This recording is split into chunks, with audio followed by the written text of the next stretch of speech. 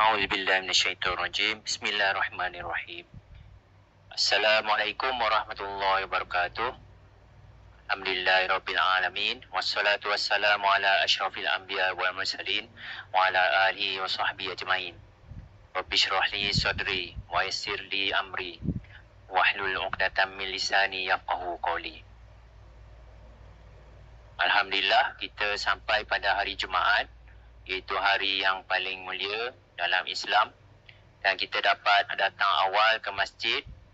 Terima kasih kepada pengurusi Masjid Khalifah dan AJK kerana menjemput saya untuk memberikan sedikit maklumat untuk bagaimana kita dapat berhenti menghisap rokok lah. Jadi topik pada kali ini mengenai kesihatan lah. Dan saya rasa kita sebagai umat Islam ramai jugalah yang merokok kan. Dan kita rasa satu masalah yang besar jugalah bagi kita umat Islam. Kalau ada rokok ni seolah jadi penghalang lah untuk kita terus maju kan. Sebab dia merosakkan kesihatan kita. Jadi saya sebenarnya seorang bekas doktor di klinik berhenti merokok hospital, Hospital Sultanah Nur Zaidah, dan baru saja berpencen wajib, dan sekarang tidak lagi bekerja di sana lah. Cuma saya pernah bekerja di sana selama 5 tahun lah di klinik berhenti merokok. Jadi saya ada menerima kes-kes berhenti merokok ramai jugalah. Jadi saya cuba ceritakan, berkongsi pengalaman lah macam mana cara-cara kita boleh membantu umat Islam kita berhenti daripada merokok ataupun vape lah. Jadi merokok ni sebagai permulaan, merokok ni kalau ikut perangkaan atau statistiknya lebih kurang 1/5 daripada penduduk Malaysia ni merokok. Kalau ada 10 orang, 2. Kalau lelaki lebih kurang 1/3. Jadi kalau ada 30 orang, 10 daripada orang yang ada kat situ merokok. Jadi ramai juga kan. Tambah dengan vape semua, kira ramai tu. Jadi merokok ni sebenarnya satu perkara yang kita perlu berhenti ke macam mana? Itu satu benda yang kita perlu tahu. Ke boleh sambung, tak ada apa-apa, boleh je merokok, ataupun kita kena berhenti. Ada orang dia tak sedar kan, dia tak sedar. Merokok ni okey je, tiba-tiba satu hari kena sakit jantung kan. Umur 40 dah kena. Sedangkan kalau ikut orang yang sihat, tak sepatutnya lah kena, biasanya tak kena sakit jantung pada usia muda. Jadi kalau kena sakit jantung tu, tengoklah sebab apa. Ada beberapa sebab lah. Antaranya kencing manis, darah tinggi. Dan rokok ni salah satu punca yang kuat. Saya biasalah berjumpa, sebab dulu saya kerja hospital, saya biasa berjumpa pesakit-pesakit sekarang ni umur 40-an dah kena dah sakit jantung. 40-an. Jadi bila kena sakit jantung, ialah kena dapatkan rawatan dan sebagainya. Jadi susah lah kan. Ini saya cuba berkongsi macam mana cara kita nak berhenti rokok. Jadi bila kita kata ketagih rokok, susah nak berhenti. Sebenarnya dia ketagih kepada bahan yang terkandung di dalam rokok itu, iaitu nikotin. Kalau macam kita dadah kan, dadah ada macam-macam jenis. Ketagih ganja. Ada bahan di dalam daun ganja tu yang menyebabkan dia ketagih. Ataupun daun ketum, ataupun heroin, dia ketagih pada benda tu. Jadi sebenarnya rokok ni berasal daripada tembakau, rokok tembakau kan, daun tembakau. Daripada daun tembakau kita buat rokok yang biasa batang yang kita nampak tu lah, yang jual dalam kotak di kedai tu. Jadi bila rokok, kita bakar dan sedut asapnya. Dan asap itulah mengandungi bahan kimia aktif bernama nikotin. Dan juga boleh dibuat vape. Vape ni dalam bentuk cecair. Bila cecair ni kita panaskan dan kita sedut wapnya. Dan sebenarnya dia berasal daripada tembakau juga, yang mengandungi nikotin.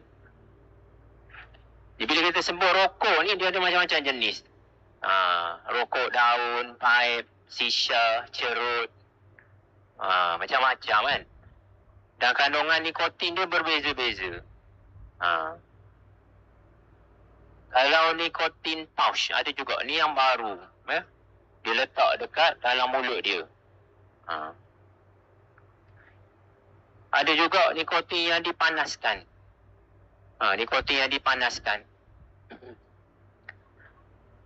Nikotin yang dipanaskan ni dia tak ada asap. Tahu-tahu je rasa sedap je kan. Sebab bahan nikotin. Tak ada asap. Wak pun tak ada, asap pun tak ada. Tadi kalau jenis rokok ni, kalau macam shisha, dia hampir menyamai 100 batang rokok. Tengok asap berkepul-kepul kan. Kalau cerut lebih kurang 10 batang. Banyak tu kan. Jadi satu batang rokok lebih kurang 1 miligram dia punya kandungan nikotin. Kalau shisha 50 miligram ke atas. Kalau shisha 100 miligram ke atas. Jadi banyak benda-benda ni mengandungi bahan kimia yang banyak. Kalau vape ni macam-macam. Ada yang sampai 50 miligram. Macam 50 batang rokok. Jadi apa persamaan di antara benda-benda ni ialah semuanya mengandungi nikotin. Nikotin tu bahan utama di dalam tembakau atau rokok yang menyebabkan kita jadi ketagih. Jadi apa kesan nikotin bila dia masuk dalam tubuh kita? Nombor satu, dia merangsang otak kita. Bila dia masuk dalam otak, kita rasa sedap gitu. Nombor dua, dia memberi kesan kepada fizikal kita. Denyutan jantung naik, tekanan darah naik, tapi sementara biasanya. Lepas tu bila kita berhenti, dia turun balik. Dan satu lagi sifat dia adalah menagihkan, ketagih kan. Mesti nak. Kalau ada sekali dapat, nak pula kan. Dan susah berhenti. Sifat, memang sifat dia. Memang Allah Ta'ala jadikan nikotin tu bersifat macam tu. Ketagih kan. Sangat ketagih. Dan kalau kita bandingkan dengan benda-benda lain kan, macam arak, kopi, ganja, dia macam setara. Tahap ketagihan dia tu kuat. Jadi kalau kita tengok, ada orang dia ketagih kot makan durian gitu. Dia suka makan durian, tapi dia lain dengan rokok. Durian ni dia sedap, tapi kita tak macam sampai kena cari gitu sekali. Kalau rokok, macam wajib gitu. Kena cari juga, tengah malam pun kena cari. Dan nak segera. Dan tak boleh ganti dengan benda lain. Dan kalau tak dapat, giang. Itu adalah kesan nikotin. Dia lain dengan makanan-makanan yang kita suka apa. Kita suka kambing kan, durian. Dia tak semacam sedap juga, tapi tak ketagih sampai gitu sekali. Jadi kesan nikotin dia gitu. Jadi bahaya letak di mana? Yang kita kata bahaya, rokok ni bahaya. Bahaya di mana? Sebab bila kilang tu membuat rokok, dia ada meletakkan banyak bahan-bahan kimia, 7,000. Kita takut bahan-bahan kimia ni, kita makan apa-apa, kita tahu pewarna. Jadi dalam rokok tu 7,000 ada. Dan 70 darinya memang menyebabkan kanser. Jadi apa kesan rokok? Kesan rokok ni, kesan bahan-bahan kimia lah. Dia akan menyumbatkan saluran darah kita. Mula sikit-sikit, slow-slow kan. Lama-lama boleh jadi tersumbat 100%. Jadi darah beku. Ni yang kadang-kadang kita tengok orang tengok TV ke main badminton. Tiba-tiba je tersumbat 100% sebab ada darah beku. Kenapa darah beku? Sebab dinding saluran darah tu dah tak berapa molek dah. Disebabkan kerosakan akibat bahan-bahan kimia. Yang menyebabkan kerosakan dinding tu, bila-bila masa dia boleh luka dan menyebabkan darah beku. Kadang-kadang dia tersumbat ni slow-slow. 5%, 15%, 20%. Yang tu slow-slow. Dia akan sakit dada, slow-slow. Makin lama kita tengok. Jadi ada yang mengejut. Dia tengah 30% tiba-tiba, dia luka pada tu. Pada orang panggil pelak tu. Tempat tersumbat tu, luka dan jadi 100%. Jadi sebab tu kita kena jaga kesihatan saluran darah kita. Serangan jantung. Bila tersumbat 100% dia akan sakit dada lah. Pergi emergency lah. Apa yang berlaku adalah penyumbatan 100%. Ataupun hampir 100%, 99%. Jadi bila tersumbat jantung, matilah bahagian jantung yang mendapat bekalan, yang sepatutnya dapat bekalan darah. Orang panggil serangan jantung. Jadi memang bahaya lah. Hisap rokok ni menyebabkan saluran darah kita sempit. Sempit slow-slow ataupun tiba-tiba je boleh tersumbat 100%. Sebab tu kalau kita dengar orang buat angiogram kan, dia nak tengok saluran darah kita lah, tersumbat berapa banyak, 50% ke 100% ke kan. Saluran darah di jantung kita biasa ada 3 lah, depan, kiri, kanan. Tengok berapa persen dan berapa banyak sumbat. Sebab tu ya kadang-kadang orang taruh stand. Stand ni untuk melegakan sumbat kan, kita besar balik. Baru lega. Mahal lah prosedur ni mahal. Satu stand tu walaupun besar dia senci je, dalam 20,000 je kot. Jadi mahal untuk merawat sikit jantung ni. Kalau sekiranya sumbat tu terlalu teruk ataupun terlalu banyak, kita terpaksa buat bypass. Belah dada ni, ambil saluran darah pada kaki dan letak buat bypass dekat jantung. Yang tersumbat tu tak boleh buat apa dah. Kita kena cari jalan lain. Okay, kalau tersumbat di otak, dia panggil stroke. Stroke. Jadi matilah bahagian otak yang sepatutnya dapat bekalan darah. Sebab tu kalau kita tengok stroke ni macam-macam.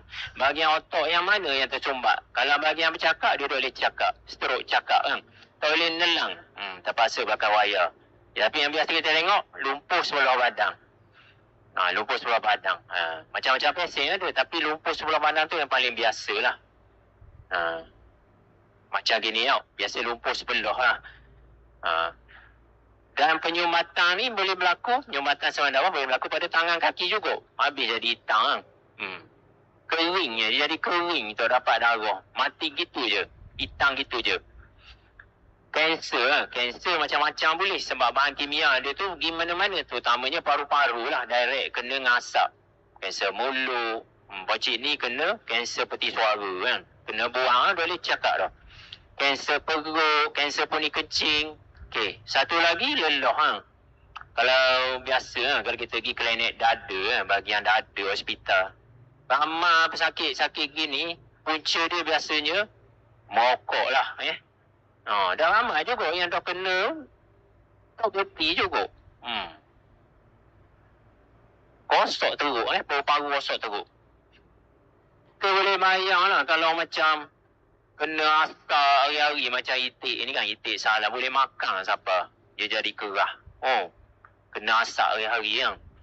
Dan bila jadi gitu, paru-paru tu tak boleh nak menyerap oksigen semua. Terpaksa pakai oksigen yang tangki gini.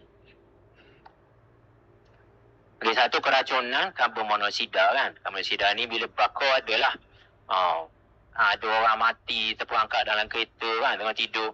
Lebih kurang macam gitulah. Jadi mudah juga kena kuman-kuman lain, COVID kan, siapa yang merokok ni. Kuman mudah mari sebab paru-paru dia tak molek tu. Sampai satu tahap ditidurkan.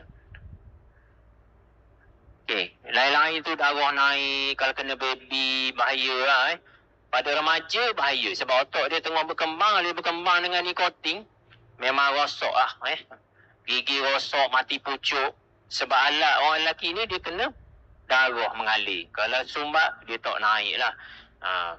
Keburukan merokok yang lain pula lah. Bukan kesihatan. Merokok ni memang haram lah. Dipatuakan oleh ulama'-ulama' kita lah. Memang haram. Sebab dia banyak mudarat. A'udzubillahi minasyaitonirrajim. Wala tulqu bi'aidikum ila tahlukah. Jadi potongan daripada surah Al-Baqarah 195. Janganlah kamu sengaja mencampakkan diri kamu ke dalam bahaya kebinasaan. Sengaja lah. Isap rokok tu sengaja lah. Beli batu, isap. Kalau hadis Nabi, la darara wa la dirar. Jangan engkau saling membahayakan dan saling merugikan. Hadis Nabi dengan Quran dah bagi amaran dah. Jadi perokok ni kalau ada banyak buat benda yang dilarang, berdosa lah, berdosa. Dan pernah ada laporan mengatakan filter tu dibuat daripada darah babi. Sebab apa? Sebab dia nak serap karbon monoksida tadi. Jadi supaya tak banyak karbon monoksida masuk dalam paru-paru perokok. Jadi tak tahulah sebab apa ni. Bila kita tengok kotor rokok tu, dia tak ada senaraikan benda bahan dibuat dengan apa kan. Kalau kita beli biskut ke mi segera ada. Dibuat daripada gula, garam. Dia tu boleh tahu. Dia tahu kan. Kalau rokok dia tahu. Dia tahu kenapa dia tahu. Kalau dia tahu benda-benda najis pun mungkin. Sebab tidak perlu dia bagi tahu. Yang tahu-tahu merokok membahayakan kesihatan. Dia tulis. Tapi dia tahu dia buat pada benda. Yang kedua, membahayakan orang sekeliling. Kena ke orang kan. Kena ke orang. Masalah dia kena ke orang. Jadi kita boleh bagikan kepada 3 jenis asap. Nombor 1 yang dia isap sendiri. Dia isap, dia dapat. Jadi dapat ke dia? Nombor 2, kena kat orang tepi. Kena kat orang tepi. Tak kira lah pegang baby ke orang tepi. Jadi mudarat dia sama jugalah. Nombor 3, yang tinggal merata-rata. Contohnya, pada satu bilik tu ada orang isap rokok seseorang, lepas tu dia lari. Jadi dia akan tinggal habuk-habuk dan asap zarah-zarah rokok tu di atas udara dalam bilik tu. Dan juga di merata-rata ni, di meja, di kursi, di kapet. Dia tak ada dah di rokok tadi. Lepas tu, orang lain pula mari. Orang lain, maybe dia contohnya, mari mengutik kat kapal ni. Jadi, dapat juga. Jadi, walaupun dia kata, saya dah mokok di luar rumah. Saya tak mokok di dalam rumah, saya mokok nu bandar dengan kawan-kawan. Jadi, kadang-kadang kena kat baju dia. Habuk-habuk ni, dia akan bawa balik ke rumah. Balik ke rumah, bini dia basuh-basuh kibah-kibah. Kena juga kat bini dia. Jadi, yang ketiga ni, kena jaga sikit. Sebab dia boleh tersebar luas sebenarnya. Walaupun dia kata rokok seorang je dalam kereta, kaki bila dia keluar, anak bini dia masuk akan dapat juga. Tu bahayanya asap 3. Jadi yang bahayanya dia boleh masuk ikut mulut. Budak-budak makan. Ataupun isap masuk dalam udara, sedut dalam paru-paru. Ataupun boleh tembus melalui kulit. Jadi budak-budak yang menera tu kalau ada apa pada kapet kena juga. Kata mungkin tak nampak. Tapi secara hakikatnya ada lah. Bahaya kan. Kalau ada perokok dalam rumah ni, walaupun dia merokok seorang-seorang bahaya Satu lagi bila merokok ni ialah maklumlah bila perokok ni dia merosokkan badan kita dengan baunya semualah. Dan satu lagi merokok ni dia memupuk sikap pentingkan diri. Tak kira lah. Tak kira tepat. Tagihnya. Bila tagih, tak kira tepat dah. Tak kira tepat, tak kira ada orang. Yang penting dia melunaskan ketagihan dia. Sebab tu kita tengok ramai je mokok tempat awam. Tak kira dah. Ada denda ke tak ada denda ke. Isap juga. Sebab dah ketagih. Merokok ni memang menzalimi orang lain lah. Kalau orang isap rokok di jalan raya, kena merata abuk dia. Nak kata apa? Kena merata sekali. Membazir. Sebenarnya membazir lah. Sekarang ni kalau rokok yang mahal hampir RM20. Lebih kurang RM1 sebatang. Jadi kalau kira-kira, setahun RM7,200. Begitu banyak sekali. Tapi saya pernah je jumpa orang merokok sampai 80 sehari. 80. 4 kotak. Jadi, dia menjejahkan ekonomi kita lah. Sebagai orang Islam habis masa, habis duit kan. Dan hilangnya keberkatan. Tak dapat redha Allah lah. Ada ayat Quran ni. Innal mubadzirina kanu ikhwana syayatin. Surah Al-Isra ayat 27. Sambungannya. Wa kana syaitanu lirabbihi kafura. Sesungguhnya orang yang membazir itu adalah saudara syaitan. Dan syaitan itu sangat ingkar kepada Tuhannya. Kalau kita ingat ni pun rasa dah sanggup dah merokok. Lepas tu buang merata ni memang biasalah Sebab dia dah buang lah tu siapa dia buang merata. Buang atas sapu, buang hangus atas sapu. Jarang jumpa orang ambil sipang dulu, cari terang. Biasa buang merata. Jadi dia melatih sifat-sifat yang tidak molek. Ya. Sebab tu kalau boleh kita tinggal terus. Macam minum arak kan. Kalau dia minum arak seorang-seorang, duduk dalam bilik. Lepas tu dia besok dia kerja macam biasa. Dia tak menyusuh orang. Tapi bila minum arak ni, dia membawa pada benda lain. Nak bawa kereta bila balik. Bawa kereta langgar orang. Mati pula. Jadi dia tosah minum arak lah. Jadi senang. Islam mengharamkan arak. Senang cerita. Buang merata Banyak sungguh dia buangnya. Terengganu pun sama. Batu buruk tu patutnya tak boleh hisap rokok. Hisap juga. Kalau rokok elektronik macam mana kan? Vape ni dia dalam bentuk cair. Nikotin juga sebenarnya. Dia ada beberapa bahan. Ada nikotin di dalam. Yang pentingnya nikotin. Yang lain-lain tu dia nak buat berasak, nak buat sedap je perasa ni. Yang penting nikotin. Jadi sama juga. Jadi nikotin ni bila bakar banyak lagi benda-benda lain kan. Senarai benda-benda lain yang keluar. Beracun belaka lah kebanyakannya. Jadi tak molek belaka. Ada orang kata hisap vape kurang sikit. Tapi bahaya dia lain-lain. Kalau rokok dia berasak itu dia boleh menyebabkan kanser sikit macam tu. Kalau vape ni belum lagi ada kajian sebab dia vape ni baru. Kalau kita tunggu 2-3 tahun lagi, barangkali kita akan tahu menyebabkan kanser. Tapi dah dijangka dah. Dia menyebabkan bahaya yang lebih kurang sama je. Dan satu lagi vape ni adalah dia lain sikit dengan rokok. Ialah asap uap dia tu dia boleh pergi sampai ke ujung paru-paru. Orang panggil alveolus. Ujung sampai ujung sekali. Sebab tu dia lebih cepat rosak paru-paru. Kalau rokok dia lambat sikit, nak jadi kanser 10 tahun, 15 tahun. Kalau vape ni, dia ada satu penyakit, nama dia Evali ni. Dia rosak terus dalam masa 90 hari. Saya vape rosak lalu. Derah lagi rosak. Kadang-kadang kita tengok dalam Facebook, kena tebuk paru-paru berair, hisap vape, tak sampai berapa tahun. Evali, nama penyakit Evali. Rosak paru-paru sampai ke ujung tu. Jadi bila rosak paru-paru nak susah lah, nak napas lelah. Okey lah. Kita tahu rokok tu bahaya kan. Tapi kenapa kita tahu dah bahaya sikit jantung tapi hisap kau? Kenapa?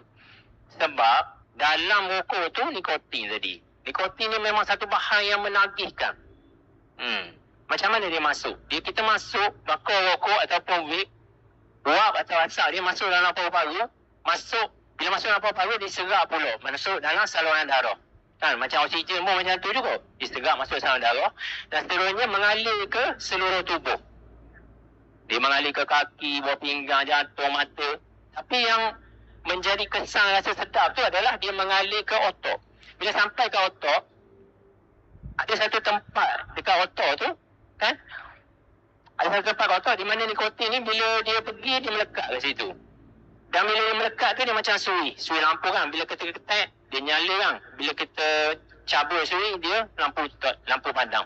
Jadi bila nikotin ni ketek, sambung lekat dekat orang panggil sarang lah ataupun parking lot dia akan menyebabkan otak kita mentafsir benda tu sebagai sedap, rasa sedap. Bila isap rokok rasa sedap kan. Macam kita makan lidah ni dia hantar sarah dekat otak mentafsir benda tu sebagai sedap.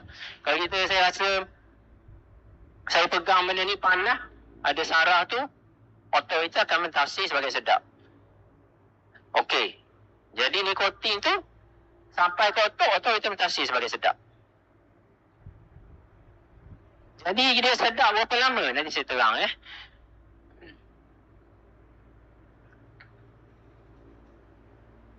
Okey, ni proses menjadi perokok. Mula-mula kita ni normal je otak kita. Bila seseorang tu start mengisap sebatang rokok contohnya kan.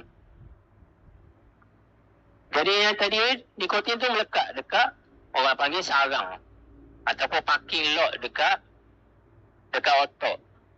Tapi dia tak lama, rasa sedap sekejap je, 15 minit biasanya.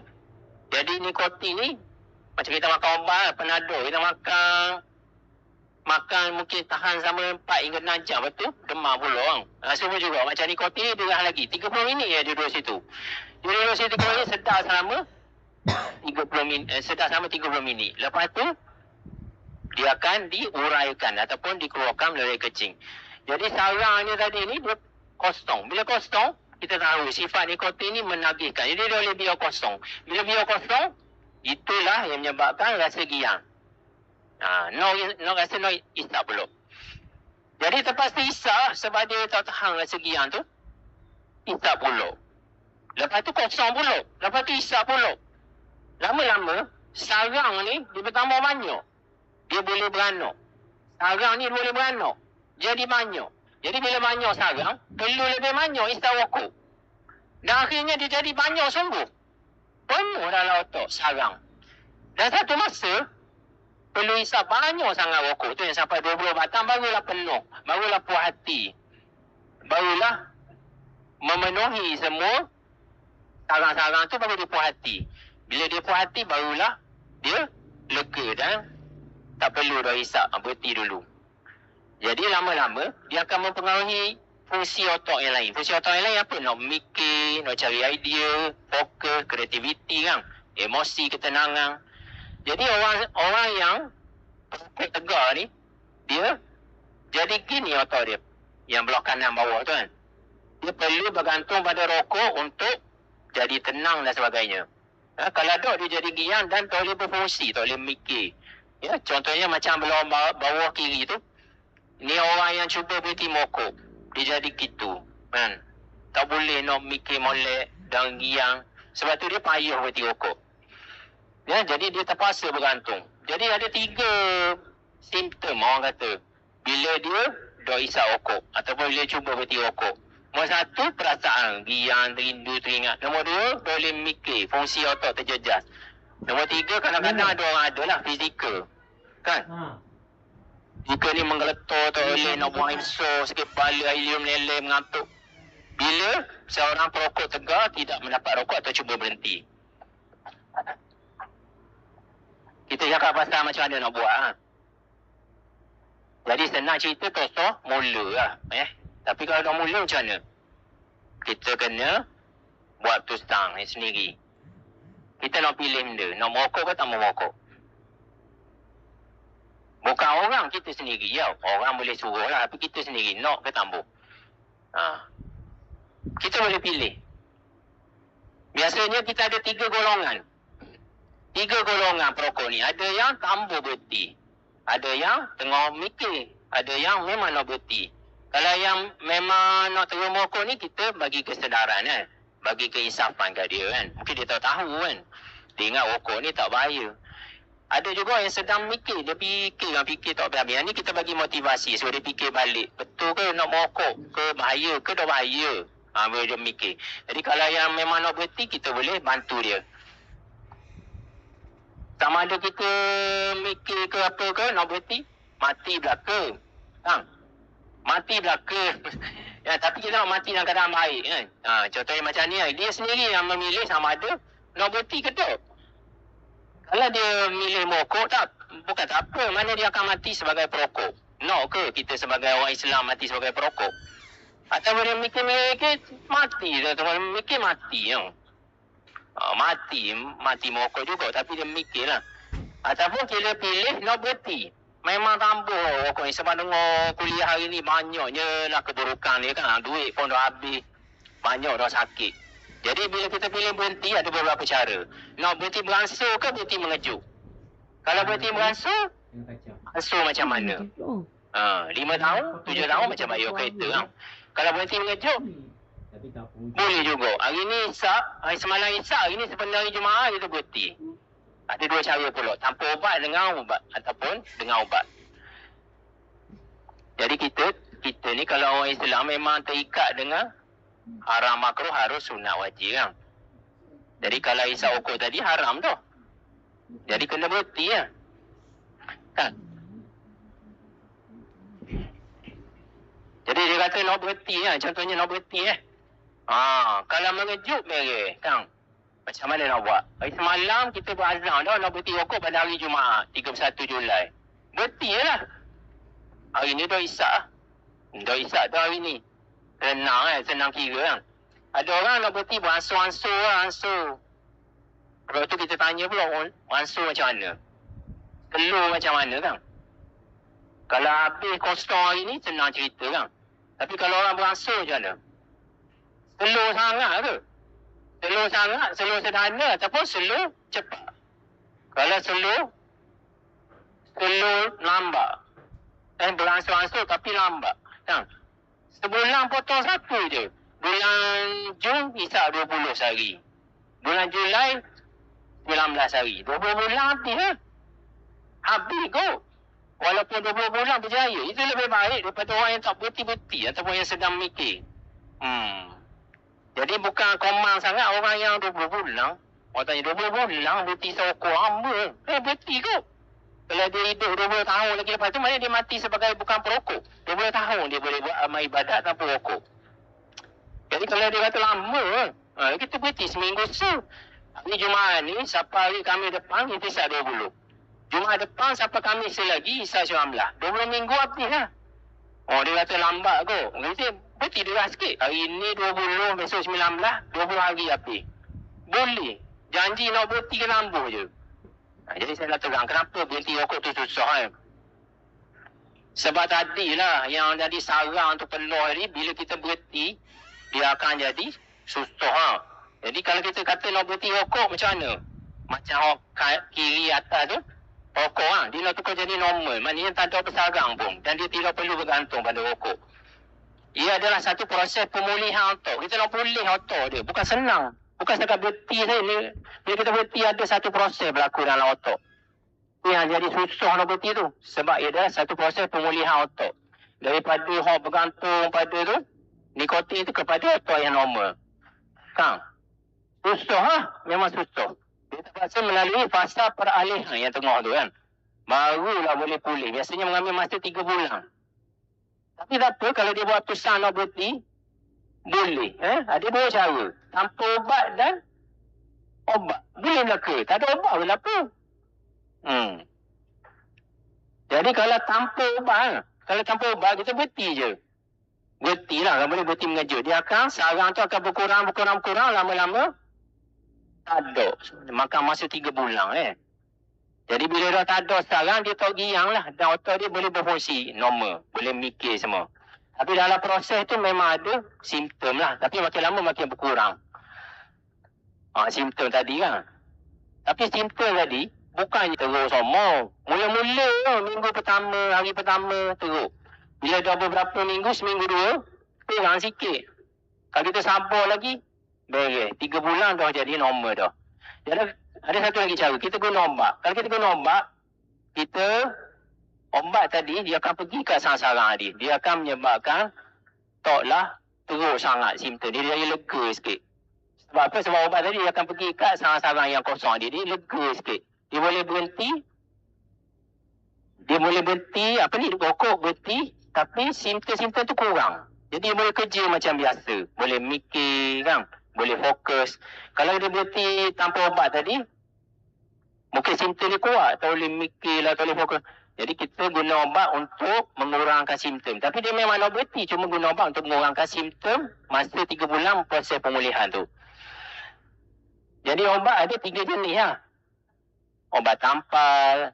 Tampal ni, tampal di kulit lah. Satu lagi obat kunyah kunyah bila perlu. Satu lagi obat spray masuk dalam mulut. Adalah di hospital. Okey. Jadi, katalah kita nak berhenti isap rokok lah. Mulai hari ni lah. Kita nak buat apa? Nombor 1, ada 5 langkah kita ingat. Niat Dalam hati tu aku memang nak berhenti isap rokok lah. Tapi kalau boleh kita kaitkan dengan sebab apa? Sebab apa? Sebab duit habis. Kalau orang kaya, kalau kita berpegang pada tu, kalau orang kaya dia dah kisah. Kita kata sebab sakit. Ada orang dia dah sakit. Tak sakit lagi. Kusah kot. Jadi kalau senang macam ni lah, kita orang Islam, biasa saya kabar orang sakit, kita kira haram je lah. Haram ni dosa masuk neraka. Di akhirat. Fikir orang tu pun kita tosah lah, senang haram. Kita tak minum arak sebab apa? Sebab haram. Senang cerita. Kita Kita senang orang Islam ni ada dah garis panduan. Kita ikut je. Bila kita ikut tu, dunia akhirat kita selamat. Kata tak minum arak. Senang kita ikut je. Kadang-kadang kita tak nampak, tak nampak hikmah dia. Tapi kita ikut je. InsyaAllah akan dapat manfaat dia. Haram lah. Senang kira haram lah. Kalau orang bukan Islam, mungkin dia dok kata haram. Dia mikir apa. Kata sakit, dok sakit. Jadi kita orang Islam, kita ikut je. Ambil fatwa haram. Sebab itu akan menempuh alam kubur, alam akhirat. Jadi kita semua akan dihisap. Jadi kalau kita pilih haram, senang cerita lah. Ya, okey. Katalah nak pilih nombor 2 Nak berhenti hari ni kita pun, sebelum tu kita buang dulu. Jadi kita pun bangun pagi tadi, kita start tak isyak dah. Tak isyak kan, kita tengok apa jadi kan. Sampai tengah hari, petang. Macam kita puasa tu kan. Tengok apa jadi. Nombor 3, perhatikan simptom. Tengok apa jadi. Biasa kalau berhenti sawak ada simptom kan. Dah boleh mikir, giang kan. Tapi tak apa. Sekarang ni kita nak pilih 2. Nak rawatan tanpa ubat ke dengan ubat? Itu cara-cara dia kan. Ubat boleh, tanpa ubat boleh. Dan satu lagi, kita kena tukar kita punya tabiat. Tabiat ni maksud dia kebiasaan kita. Sebab ketagihan rokok ni bukan sekadar nikotin apa je, perangai kita. Ada orang hisap rokok sikit je, 2 sehari. Bila? Satu masa nak pergi sejik, waktu maghrib, satu lagi masa balik. Dia dah tagih mana? Tapi tabiat dia gitu, kebiasaan dia. Kita kena tukar tabiat. Macam mana kita nak tukar tabiat? Ada 2 perkara. Satu niat. Dan hati aku memang nak peti lah. Tambah hisap rokok sebab bazir haram kan. Lepas tu kita selalu buat. Seolah macam kita buat macam ni. Kita bandingkan dengan bangun lewat, bangun awal. Pangai buruk, pangai baru, pangai yang baik. Kalau semayang subuh di masjid, contoh. Sekarang ni kita semayang subuh sejik. Anak kita lah contohnya kan. Kita kabur dia, apa manfaat? Semayang subuh sejik, banyak pahala. Boleh pergi sekolah awal. Niat. Jadi dia satu hari niat memang kena lah bangun awal sebab nak pahala kan. Jadi kena kebiasaan pula. Biasa dia lama-lama jadi kebiasaan yang baru. Jadi dulu biasa bangun lewat. Lama-lama kita latih kan. Selalu buat dia jadi bangun awal. Niat nak berhenti. Lepas tu selalu buat. Lepas makan dah isyak. Lepas makan dah isyak. Lama-lama biasa. Ataupun lepas makan anggur. Lepas makan buah kurma. Biasa. Lama-lama dia biasa. Itu tukar kebiasaan ataupun tukar habit, tukar perangai. Lama-lama dia jadi kan. Jadi kalau kita tanya lah, itu berapa bangun awal? Biasa lah. Itu yang terbaik lah. Biasa dah bangun awal. Dah sedap bangun lewat. Jadi kita kena tukar perangai. Sampai satu tahap dah boleh tidur lama-lama. Subuh ni bangun. Kita ukur batuk. Sebab dah biasa dah gitu. Ya? Satu lagi mindset kita lah. Kita set dah. Kadang-kadang banyak simptom yang apa. Tapi kita set sambung serokok. Jadi dia boleh mengatasi. Contohnya macam orang lumba lari je. Sakit dah kaki. Tapi sebab nak menang pingat emas ni. Tak kira dah sakit-sakit pergi juga. Dia boleh mengatasi simptom-simptom ni. Bila set molek. Puasa ni adalah satu latihan yang sangat baik. Kesabaran kan. Kita dah berjaya dah tidak isap merokok. Selama pagi sampai maghrib. Kita cuma set lain sikit je. Tadi kita dah set maghrib sampai maghrib. Sekarang ni kita set sampai selama-lamanya. Cuba buat. Sebab dalam Islam ni semayang puasa ni ada satu latihan yang sangat baik. Satu latihan yang sangat baik sebenarnya. Dia melatih kita sabar, berdisiplin. Cuma aplikasikan dia dalam kehidupan harian. Dia semayang kan, kena duduk tegak, tak boleh makan, tak boleh cakap. Itu melatih kita disiplin. Jadi bila kita kerja pun, kena buat kerja sampai sudah, sabar. Sangat bagus latihan. Bila kita semayang dan puasa ni.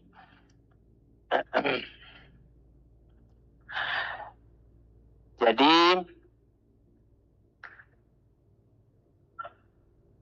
boleh pergi hospital lah. Kalau hospital ni, kita punya kejayaan tu lebih kurang lebih 50% lah. Katalah 10 orang mari, 5 orang biasanya berjaya lah. Lebih daripada 5 lah. Contoh macam ni, 57, 64%. Boleh pergi hospital lah. Mana-mana hospital klinik kesihatan.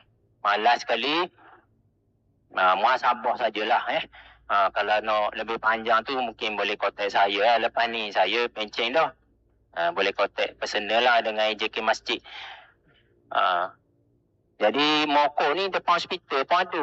Kan kalau kita tengok. Macam tak boleh hospital pun isap rokok. Masjid pun isap rokok. Lepas tu sakit. Patutnya kalau kita tengok hospital ni instah dah. Baru lepas jumpa doktor isap dah. Macam dok menasabah. Sebab apa? Sebab ketagihan lah. Isap rokok sama ada di luar ataupun di dalam pagar hospital.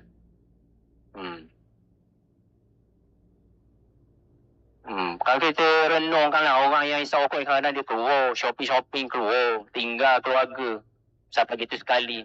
Ada biasa saya jumpa anak bini sakit. Dia isap kok. Ini sebagai renungan je lah Kita kena ingat membunuh ni satu dosa besar. Kalau isap rokok lama-lama boleh mati. Siapa yang ikut Quran, insya-Allah dapat pahala. Kalau kita tinggal benda-benda haram, insya-Allah dapat manfaat pada diri kita sendirilah. Sama dunia dan akhirat. Tubuh badan kita kan. Kalau dianugerah gini, kita kena jagalah. Susah lah kalau jadi perokok ni. Merata-rata pun merokok. Beza sangat dengan ahli ibadah. Fikir nak solat kat mana, berhenti kat mana. Kalau orang isap rokok, nak rokok kat mana. Susah lah kalau jadi perokok. Tak usah jadilah. Solat Jumaat macam hari ni pun susah juga kan. Isap-isap, lepas tu mari lewat. Baru lagi dengan orang sebelah. Jadi kalau kita fikirlah, isap rokok ni dosa dia dengan siapa? Kalau diri sendiri tu kita merosok kat badan kita, itu satu hal. Tapi kalau habuk berterbangan, kena kat orang, itu dosa dengan orang lain tu. Doa orang yang dizalimi ni, mudah makbul. Orang-orang lain tu, bila masa kita nak minta maaf? Kita merokok kat kedai, orang sebelah marah, penyumpah kita kan. Bila masa kita nak panggil, nak minta maaf hari tu?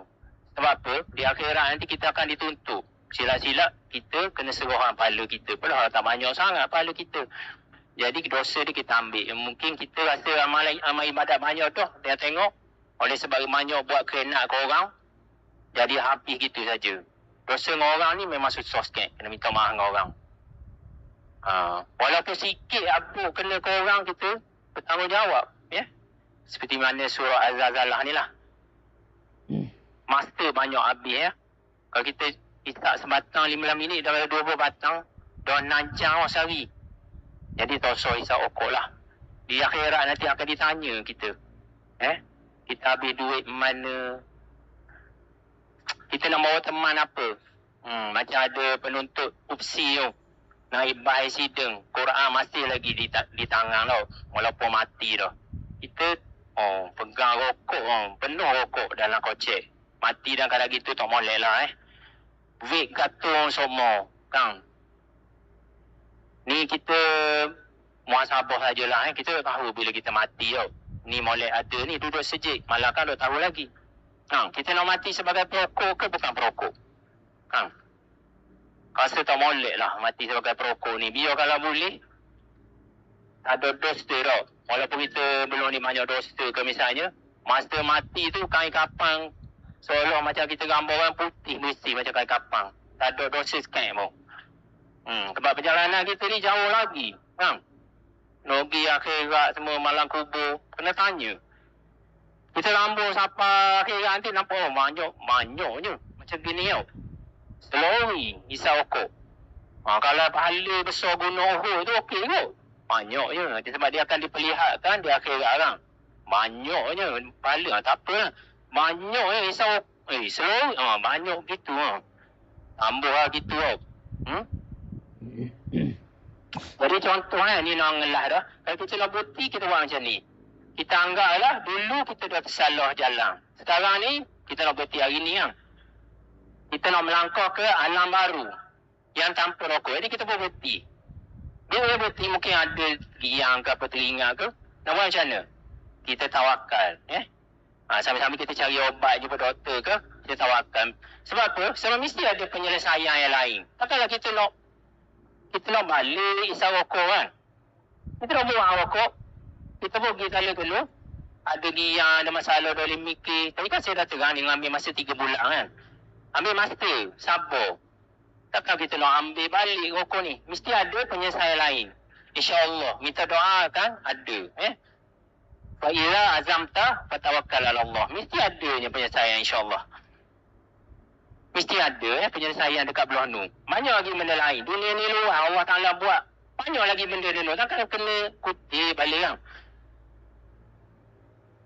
Jadi sabarlah kadang-kadang penyelesaian tu kita pun tak sangka. Tiba-tiba jumpa doktor bagian rokok pula. Tiba-tiba mari awal sejik jumpa pula. Kadang-kadang kita tak sangka. Setiap penyakit ada ubatnya. Jadi bila kita berhenti isap rokok adakah masalah kan? Mesti ada ubat dia. Takkanlah kita nak kutip balik. Dan bila kita berjaya, bagus Jangan rasa kosong pun kita boleh fokus kepada benda-benda lain. Jadi bila kita berhenti satu lagi, itulah peluang kita untuk bebas daripada rokok selama-lamanya. Tapi jangan duduk saja. Kita penuh dengan amal ibadah lah. Supaya susah kita nak terik balik ke arwah rokok tu. Jadi susahlah jadi perokok ni. Kena ingat benda.